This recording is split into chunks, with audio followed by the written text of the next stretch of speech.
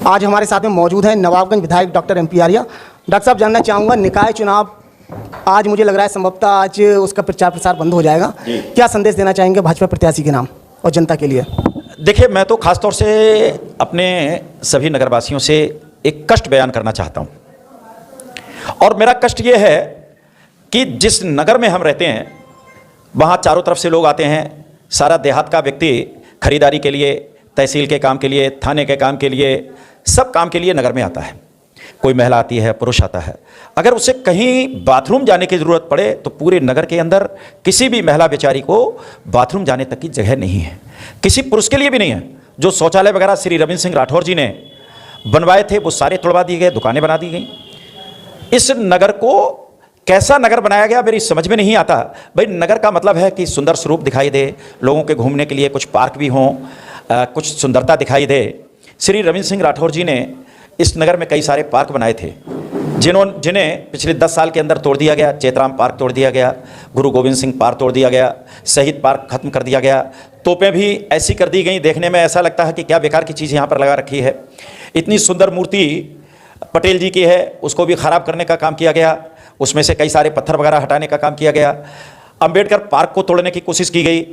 इसके अलावा जो अशोक की लाट लगाई गई है उसको आगे सौंदर्यीकरण के बजाय उसको भी क्षतिग्रस्त करने का काम किया गया।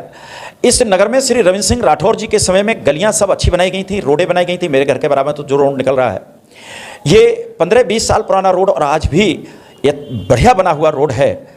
रविंद्र सिंह के समय में किसी भी गली में कभी चप्पल गीली नहीं होती थी। आज गलियों में कीचड़ बजा रही है, गंदगी के ढेर हैं, कूड़ों के ढेर हैं। जैसे ही हमारी जो वर्तमान चेयरमैन है, ये पिछली बार चेयरमैन बनी तो नगर के अंदर की लाइटें उतरवा ली गई।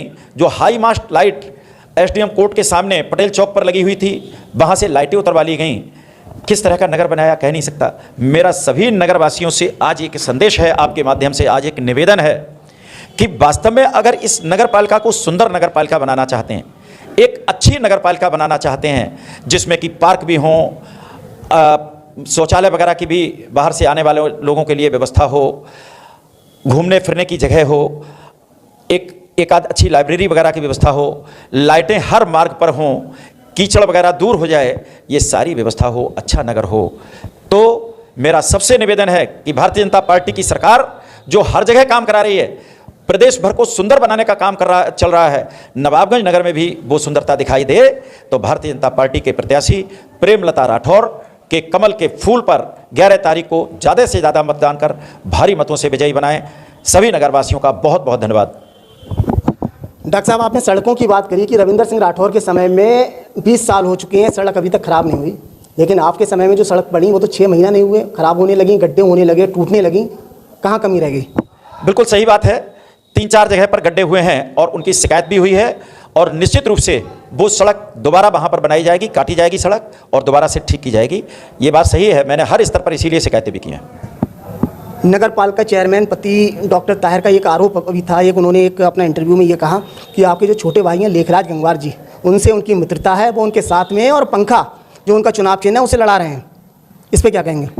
देखिए, ताहिर साहब जो हैं सब उनकी शख्सियत जानते हैं, सब उनकी फितरत जानते हैं कि झूठ बोलना ये उनके लिए सामान्य सी चीज़ है, और गलत सलत काम करना ये उनके लिए सामान्य चीज़ें हैं। आप उदाहरण के लिए देख सकते हैं कि जो व्यक्ति OBC सीट पर एक फर्जी सर्टिफिकेट के आधार पर चुनाव लड़ करके और OBC की सीट पर एक जनरल के प्रत्याशी को भी विजयी बना सकता है, उस पर लड़ सकता है, तो उसकी फितरत क्या होगी सब जानते हैं। झूठ मूठ के नाम लेकर के और मुझे बदनाम करने के लिए मेरे साथियों के बहुत सारे नाम लिए गए, ये उसका काम है, लेकिन उसे ये भी मालूम है कि उसे हराने का काम कोई करेगा तो मैं करूँगा। इस नगर पालिका नवाबगंज में इस बार वो भारी तौर से हारेंगे, भारतीय जनता पार्टी विजयी होगी, और ये जो साथी जिनके नाम उन्होंने लिए हैं सब के सब भारतीय जनता पार्टी को पूरी ताकत के साथ लड़ाएंगे, ये मेरा दावा है। डॉक्टर साहब, आपकी बहुत सरल और साफ छवि है, लेकिन जिन पे आरोप लगाए वो आपके भाई हैं। 48 घंटे हो चुके, उनका इंटरव्यू आए, उन्होंने जो बात कही है, लेकिन आपकी तरफ से अभी तक कोई कार्रवाई नहीं हुई। बिल्कुल आप लोग साइलेंट रहे, ना ही आपने कोई थाने में एप्लीकेशन दी, ना कोई विरोध जताया आपने। इसे किस तरीक़ा से देखें जो आपके समर्थक हैं, क्योंकि वो भ्रमित हैं, बोले भैया डॉक्टर साहब के भाई ये के लिए उन्होंने ये कहा है, तो भ्रमित हो गए थोड़ा। देखिए, मेरा मानना रहता है कि कीचड़ में जितने भी कंकड़ डाले जाएंगे, कीचड़ उतनी ऊपर को उछलती है। उनकी बात को कोई तवज्जो नहीं देता है, ये मैं मान करके चलता हूँ। उनकी बात को कोई भी ध्यान नहीं देता है इन सब चीज़ों पर कि वो झूठ बोलते हैं, सब लोग जानते हैं। इसलिए इस मुद्दे को मैं तूल नहीं देना चाहता हूँ, जिससे वो हाईलाइट हो। चुनाव का दिन है, 2 दिन बाद बात करेंगे। लेकिन बाई चांस अगर नुकसान भाजपा प्रत्याशी को हो गया, फिर अगर ये सामने बात आई कि डॉक्टर ताहिर ने यह कहा कि लेखराज गंगवार जी उनके दोस्त हैं और इस वजह से जो उनके समर्थक थे वो कट गए, उनके कहने के अनुसार वो उधर चले गए, तो वही चीज़ है ना, पहले अभी मतदान 2 दिन बाद होने, उससे पहले अगर आप कुछ कर रहे हैं तो आपके जो लोग हैं, जो लोग ये जान नहीं पाए हैं, भ्रमित हैं, वो सही रास्ते पे आ जाएं, इसलिए कुछ नहीं करना चाहेंगे पहले। देखिए, मैंने आपको कहा कि मेरा कृतित्व तो हर व्यक्ति जानता है, मेरी आदत हर आदमी जानता है कि मैं झूठ नहीं बोलता हूँ, फरेब मेरी मतलब कहीं खून में नहीं है। और निश्चित रूप से मेरा कोई भी साथी मेरी बिना इच्छा के कहीं नहीं जाएगा, सबको मालूम है। और ये मैं पूरे विश्वास के साथ में कहता हूँ, ऐसा कहने का आपकी किसी को मौका ही नहीं मिलेगा। कार्रवाई के बारे में कुछ सोच रहे हैं या नहीं सोच रहे हैं? देखिए, मामला कार्रवाई लायक नहीं है। मेरा मानना रहता है कि उनकी बात को ना जनता तवज्जो देती है, ना मैं तवज्जो देता हूँ। इसके अलावा डॉक्टर साहब जानना चाह रहा हूँ, द केरल स्टोरी एक रिलीज हुई है, तो जगह जगह से ये मांग उठ रही है कि इसे टैक्स फ्री करा जाए, तो क्या आपकी विधानसभा से, आपके माध्यम से क्या सरकार के लिए कोई पत्र जाएगा कि टैक्स फ्री हो? निश्चित रूप से जाएगा। देखिए, मेरा एक मानना रहता है कि फैक्ट्स पर आधारित पिक्चर है ये। ऐसे ही एक पिक्चर आई थी the Kashmir files. Kashmir files पर भी बहुत सारा बवेला मचा था, लोगों ने कहा कि साहब ऐसा नहीं हुआ, वैसा नहीं हुआ। तो कश्मीर फाइल भी एक सच्चाई पर आधारित पिक्चर थी, केरला स्टोरी भी उसी तरह की पिक्चर है। जो लोग कहते हैं कि साहब ये सब गलत है, मैं उनसे ये पूछना चाहता हूं कि अगर गलत है तो जब कश्मीर फाइल्स के बारे में बात की जा रही है, 1990 से 1994 के बीच में 4 लाख हिंदू कश्मीर घाटी से खाली करके गया था। बहुत सारे लोगों के साथ में बहुत सारे लोगों की हत्याएं की गई, महिलाओं के साथ में बलात्कार किए गए और तरह तरह से प्रताड़ित किए गए। क्या वो प्रमाण अपने आप में सक्षम नहीं है? वो 4 लाख हिंदू क्या शौक से उस क्षेत्र को छोड़ करके चले आए थे?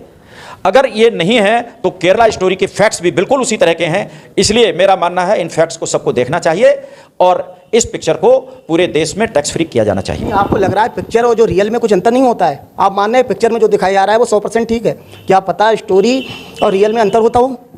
देखिए, बहुत सारी पिक्चरें होती हैं जिनमें फिक्शंस भी होते हैं, लेकिन द केरला स्टोरी या कश्मीर फाइल्स जैसी पिक्चरें ये सच्चाई पर आधारित और फैक्ट्स पर आधारित पिक्चरें हैं। इनमें हो सकता है पिक्चराइजेशन के लिए थोड़ा बहुत कुछ हेरफेर किया गया हो, लेकिन सच्चाई को उसमें तोड़ा मरोड़ा नहीं गया है।